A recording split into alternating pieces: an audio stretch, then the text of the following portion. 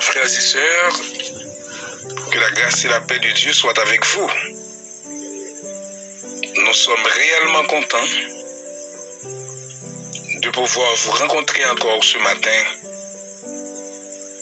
pour notre rubrique, la toute dernière pour cette semaine. Nous allons utiliser un verset, Apocalypse chapitre 19, verset 7. Réjouissons-nous et soyons dans l'allégresse et donnons-lui gloire, car les noces de l'agneau sont venues et son épouse s'est préparée. Pour cette semaine, nous sommes en train de comprendre certains noms sont attribués à Christ comme pour parler de sa seconde venue. Nous avons parlé de Jésus comme le soleil levant,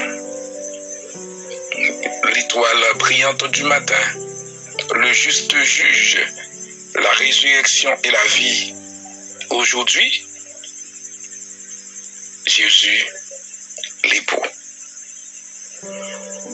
Dans l'Ancien Testament, l'Esprit parle d'Israël comme l'épouse de Dieu.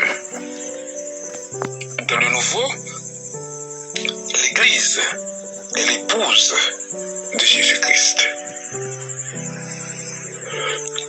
Ce mariage est compris à la manière orientale, en 3 étapes. D'abord, les parents des jeunes se rencontrent et font une alliance au nom de leurs enfants. C'est la première étape. Pour nous, pour l'Église, je dirais avant que l'Église fût inaugurée, Christ a monté la croix. Il a été envoyé par le Père et cette décision avait été prise avant la fondation du monde. C'est extraordinaire. La deuxième étape, une période de festivité d'environ une semaine où les conviés sont venus pour se divertir.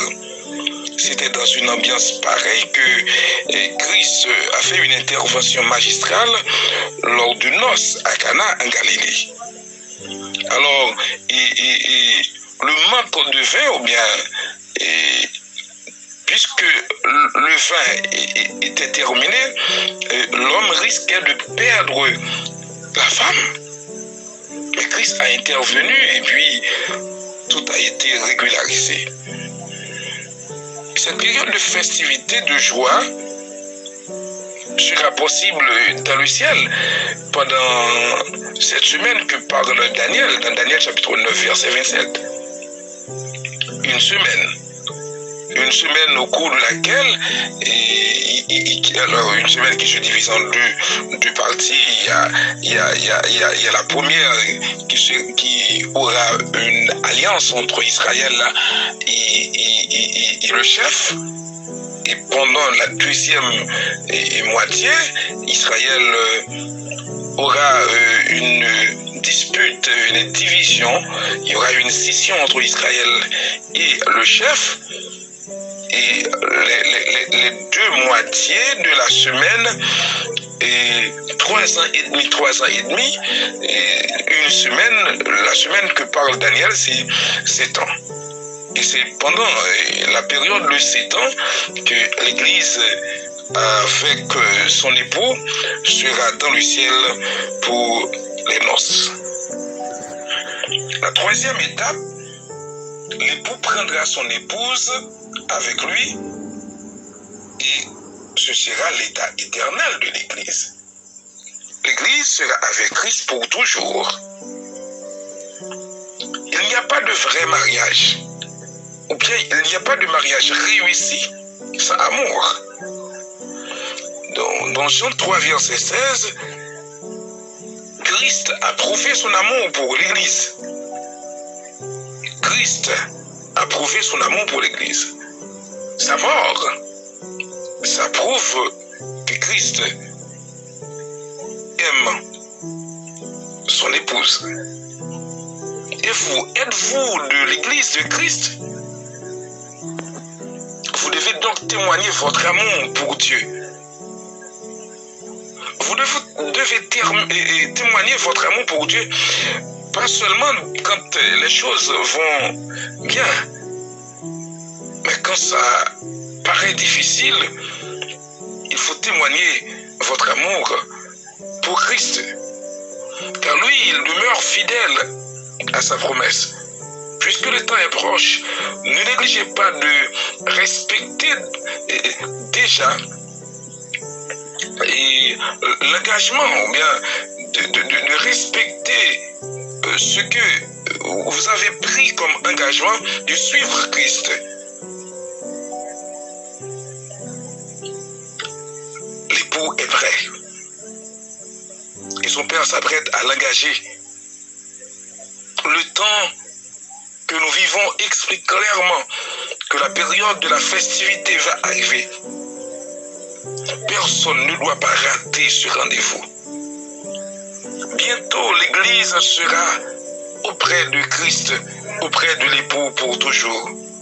Tenez bon, les jours s'annoncent difficiles, mais si l'époux est déjà prêt,